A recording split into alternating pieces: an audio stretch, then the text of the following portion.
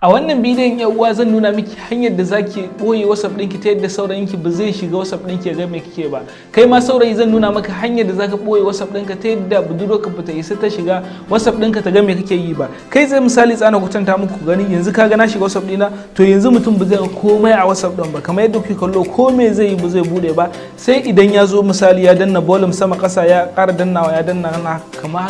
haka zai bude. Da haka ka biyo ni domin na nuna maka ya za a ka saita wannan abun a wayarka cikin sauki da kwanciyar hankali. Assalamu alaikum warahmatullahi wa barkanmu da warhaka sannan mu kuma da sake saduwa da ku a daidai wannan sabon bidiyon ne naku kamar kullum Hamza Salisu. Kamar yadda ku gani a farkon bidiyon nan zan mana bayani ne akan yadda yan mata da samari za su na boye WhatsApp din su ba tare da ɗaya daga cikin su ya mai bincike a cikin wayarsa ba. Domin kamar yadda ku sani a yanzu za ga budurwa tana so ta ga WhatsApp din saurayinta domin yana magana da wasu ko kuma saurayi yana so ya ga WhatsApp din budurwarsa domin ya ga tana magana da wasu ko kuma ba ta yi. To don haka na kawo mana wannan hanyar domin kai kanka zaka boye WhatsApp ɗinka ita ma za ta boye WhatsApp ɗinta domin baka isa ka shiga WhatsApp ɗinta idan ba ta nan ka ga abin da yake ciki ba. Ita ma bata isa ta shiga WhatsApp ɗinka ta ga abin da kake a cikin WhatsApp ɗinka ba idan ba ka nan. Da haka na tabbata da wannan hanyar za ta amfani mutane da yawa sosai da sosai domin idan mutum ya shiga WhatsApp ɗinka kai tsaye zai ga yayi duhu. ba zai ga komai ba duk abin da zai waya taka WhatsApp din ba zai shiga ba dole sai yayi amfani da hanyar da ake bude wannan WhatsApp din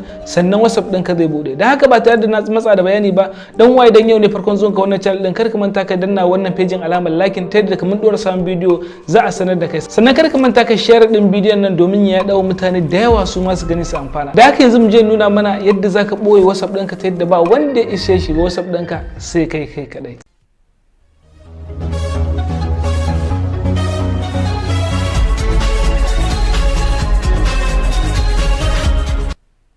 Yanda za ka ɗauko wannan application ɗin uwa hanya ce mai matuƙar sauƙi kai tsaye a saman bidiyon nan za a ce maka wannan shine link ɗin kai tsaye za ka danna shi za ka ɗauko shi idan ba gan shi ba za ka zo gurin comment za a ce maka wannan shine link ɗinsa kai tsaye kana dannawa zai kai ka inda za ka ɗauko wannan application ɗin cikin sauƙi da kwanciyar hankali sannan dan uwa kada ka manta ka danna wannan bidiyon alamar liking sannan ka share domin yan uwanka da yawa su gani su ma su amfana bayan ka ɗauko wannan application ɗin zai kai tsaye zai zo maka a wayarka kamar yadda kuke kallo kai tsaye kamar yadda kuke kallo wannan shine application ɗin kai tsaye sai ka zo ka danna next bayan ka da next sai ka zo ka tsara wannan security naka da kake so sai misali yanzu na sa nan kamar yadda kuke kallo na volume din sama sai na ƙasa sai na sama sai na ƙasa kai zai ko sai na zo na ce next bayan na ce next sai na zo na sake sama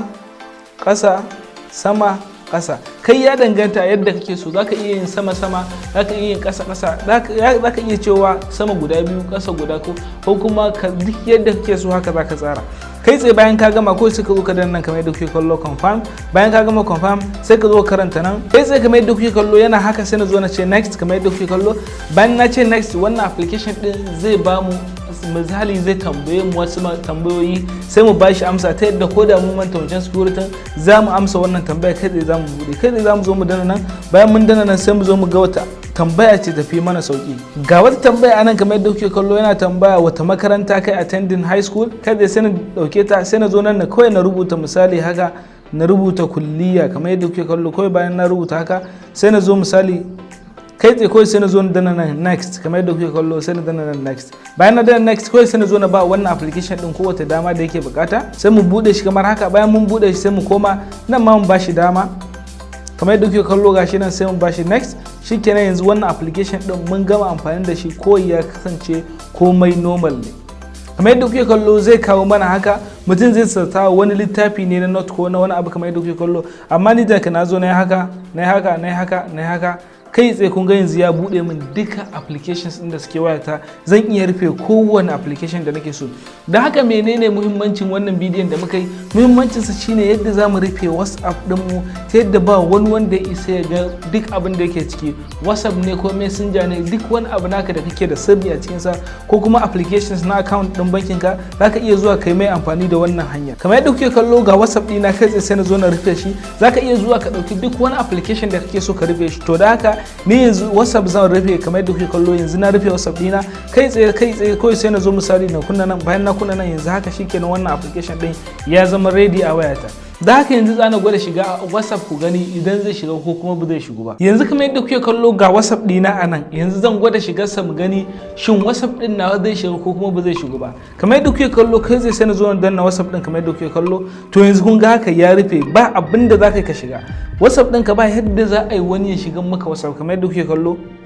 Ko mai mutum zai yi WhatsApp din ko zai kawo baki ko sai dai ya fita shi wani abu, amma inda ya ce zai shiga WhatsApp kamar yadda kuke kallo zai yi mai haka ko ya bi zai ba. To ya dan uwa zaka kai amfani da WhatsApp ɗinka kai idan kai ne mai WhatsApp din ko kuma kai ne waya kace kai ce zaka zo ka danna sama ƙasa sama ƙasa kamar yadda muka sa password a wannan wayar. Da haka wannan hanya ce mai sauki wadda za ta taimaka maka ka ba waya ka security na duk application ɗin da kake so ka ɓoye ko kuma duk application ɗin da baka so wani ya shiga ma ya ga sirrikan ka ci. Ok yan uwa, kamar yadda ku gani a nan bidiyon namu zai da sa'aya. Idan wannan bidiyon ya bari ku kada ku manta ku danna mai alamar like sannan ku share domin yan uwanku da yawa su gani su ma su amfana. Da wannan nake ce mana wassalamu alaikum.